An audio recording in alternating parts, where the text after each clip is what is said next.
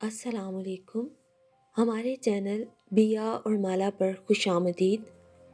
اگر آپ ہمارے اس چینل پر پہلی دفعہ آئے ہیں یا آپ نے ابھی تک سبسکرائب نہیں کیا تو بیا اور مالا کو سبسکرائب کرنا اور بیل آئیکن پریس کرنا ہرگز نہ بھولیں۔ آج ان کا آخری پیپر تھا۔ وہ دونوں خود کو بہت پرسکون محسوس کر رہی تھیں، جیسے منو بوجھ ان کے سر سے اتر گیا ہو۔ پچھلے 2-3 ماہ سے وہ اچھی طرح بات چیت نہیں کر پا رہی تھیں۔ امتحانات کی تیاری میں مگن ہو کر وہ ایک دوسرے کو گویا بھول ہی گئی تھیں۔ یاد تھے تو صرف امتحانات۔ وہ دونوں ہی تیاری میں اتنی کھو گئی تھیں کہ ہوش گنوا بیٹھی تھیں۔ عروج اور مریم بچپن کی گہری دوست تھیں۔ نرسری سے لے کر اب تک BSc تک کا طویل سفر انہوں نے بہت محبت سے طے کیا تھا۔ بچپن سے جوانی تک ان کی دوستی ایک اٹوٹ بندھن میں بن چکی تھی۔ وہ دونوں ایک دوسرے کے لیے لازم و ملزوم تھیں۔ ان کی محبت اور دوستی پورے کالج میں مشہور تھی۔ وہ کبھی کسی گروپ کا حصہ نہیں بنی تھی۔ ان کو کبھی کسی تیسرے کی ضرورت ہی نہیں پڑی تھی۔ کالج میں ان کو لیلا مجنو کے نام سے پکارا جاتا تھا اور وہ حقیقتاً ایک دوسرے سے اتنی ہی دلی انسیت اور گہرا لگاؤ رکھتی تھی۔ کیسی ہو عروج؟ اتنے دن ہوئے ڈھنگ سے بات بھی نہیں ہو پائی، مریم نے برگر کھاتے ہوئے پوچھا۔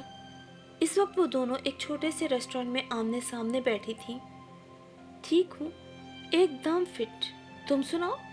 عروج نے مسکراتے ہوئے جواب دیا۔ بہت دنوں کے اضطراری کیفیت سے نکل کر وہ ایک دم ہلکی پھلکی ہو گئی تھی۔ پیپرز کیسے ہوئے؟ مریم نے پوچھا۔ زبردست، عروج نے اٹلا کے کندھے اچکائے۔ اور تمہارے؟ جھنڈے گاڑ آئی ہوں، مریم نے بھی اسی کے انداز میں کہا تو دونوں ایک دوسرے کے ہاتھ پہ ہاتھ مار کے ہنسنے لگیں۔ رزلٹ آئے گا تو پتہ چلے گا میم، عروج نے اسے مصنوعی خفگی سے گھورا۔ اوکے ڈن، میرے زیادہ مارکس آئیں گے، مریم زوم سے بولی، کیونکہ ہمیشہ سے وہ نہ صرف پوری کلاس میں بلکہ ضلع بھر میں پوزیشن لیا کرتی تھی۔ اس کا زوم بے جانا تھا۔ ہاں یہ تو ہے، میں جتنی بھی کوشش کر لوں مگر تمہارے جتنے مارکس نہیں لے سکتی۔ حالانکہ محنت تو میں بھی بہت کرتی ہوں، مگر اس نے مصنوعی آہ بھر کر بات ادھوری چھوڑ دی۔ ایسی کوئی بات نہیں ہے عروج، ہم دونوں ہی جینیس ہیں۔ مریم کو بخوبی علم تھا کہ عروج جتنی بھی محنت کرے ہمیشہ وہ مریم سے پیچھے ہی رہتی تھی، آگے آنے کی تمام تر صلاحیتوں کے باوجود بھی۔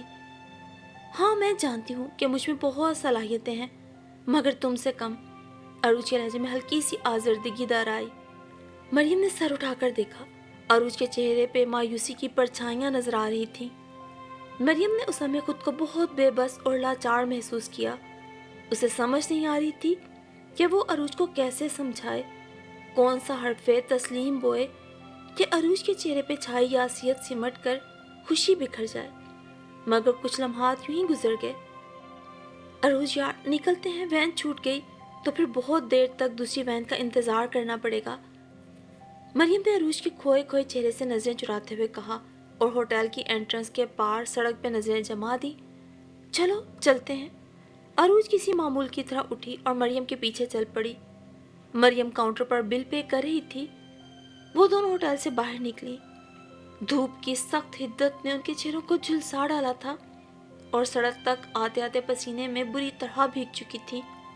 اپنے آنچل سے اپنا تر چہرہ صاف کرتے ہوئے مریم نے اپنی فائل کو ایک ہاتھ سے دوسرے میں منتقل کیا۔ اس کے ہر اٹھتے ہوئے قدم میں عجلت اور تیزی تھی۔ اسے گرمیوں کا موسم کبھی بھی اچھا نہیں لگتا تھا۔ عجیب کوفت بھری بیزاری ہوتی تھی جس میں حبس گھٹن ہی گھٹن ہوتا ہے۔ وین بالکل تیار کھڑی تھی۔ وہ دونوں سڑک کراس کر کے بھاگم بھاگ وین تک پہنچی تھی۔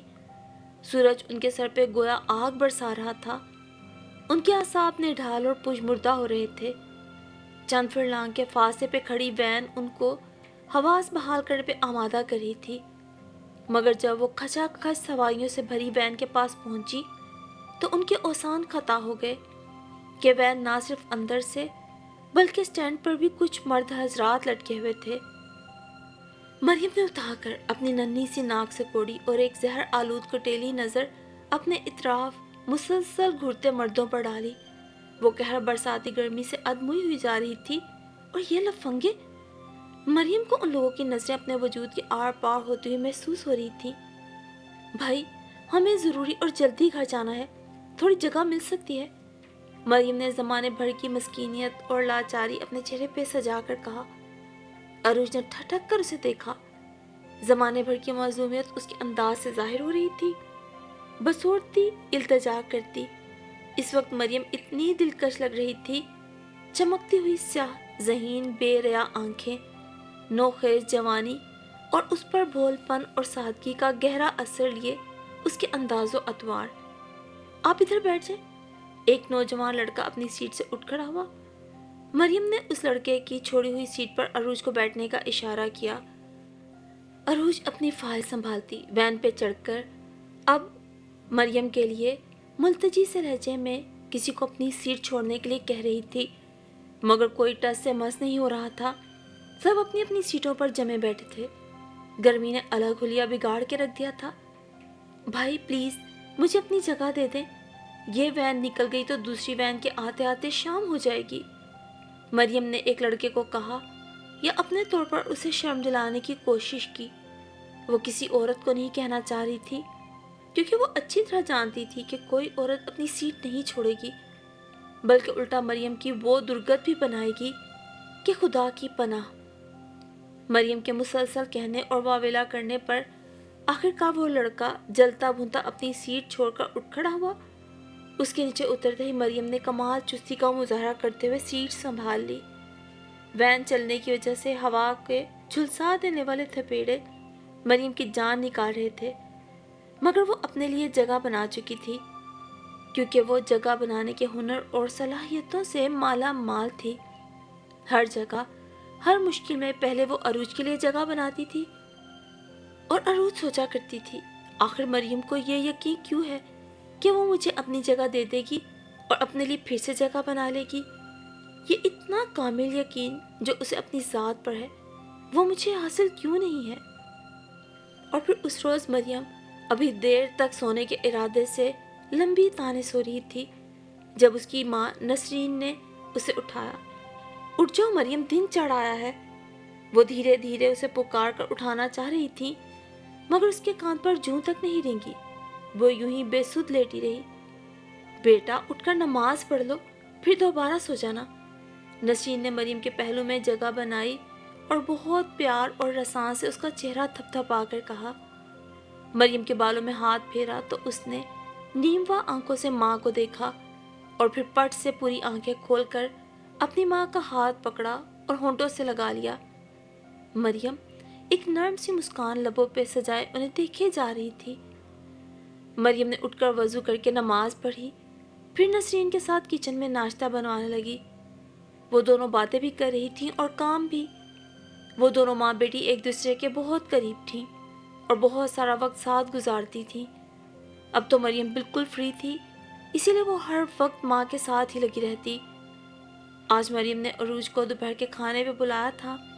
مریم بے تحاشا خوش تھی اور نسرین کے ساتھ مل کر ابھی سے مینیو ترتیب دے رہی تھی۔ کچھ دیر بعد عروج اپنی امی اور بہن کے ساتھ ان کے گھر پہنچ گئی تھی۔ ماں بیٹی نے ان کا والہانہ استقبال کیا۔ امی کو ان کے پاس بٹھا کر وہ خود انتظام میں لگ گئی۔ تبھی اس نے عروج کو سیل فون کان سے لگائے تیزی سے باہر نکلتے دیکھا۔ مریم نے ابرو اچکا کر اشارے سے پوچھا کہ کس کا فون ہے، مگر عروج کو اس کا کوئی جواب دیے بنا ہی برآمدہ عبور کرتی باہر نکل گئی۔ مریم عروج کی امی اور بہن کے ساتھ آ کر بیٹھ گئی۔